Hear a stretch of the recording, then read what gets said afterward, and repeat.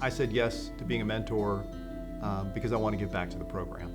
It makes me think about some of the decisions that I've made in my life.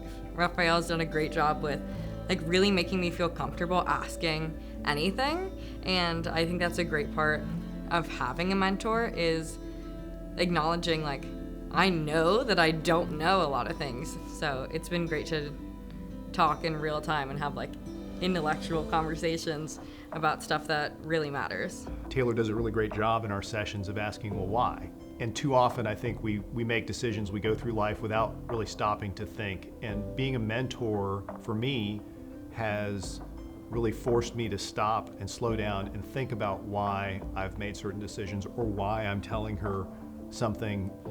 I'm a why person, so there's going to be so many why questions. I think other scholars should definitely request a mentor, especially because it can be scary to reach out to people sometimes. So to have people literally working to find you the best mentor for you is really nice. The Morehead-Cain community is amazing, so to be able to facilitate that first introduction and then be able to potentially have a mentor for life seems like a win-win all around.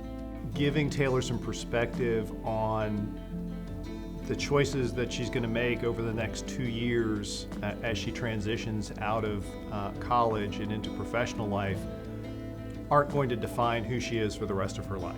I hope that gives you a little perspective. It's a marathon, it's not a sprint. And you're going to do great things.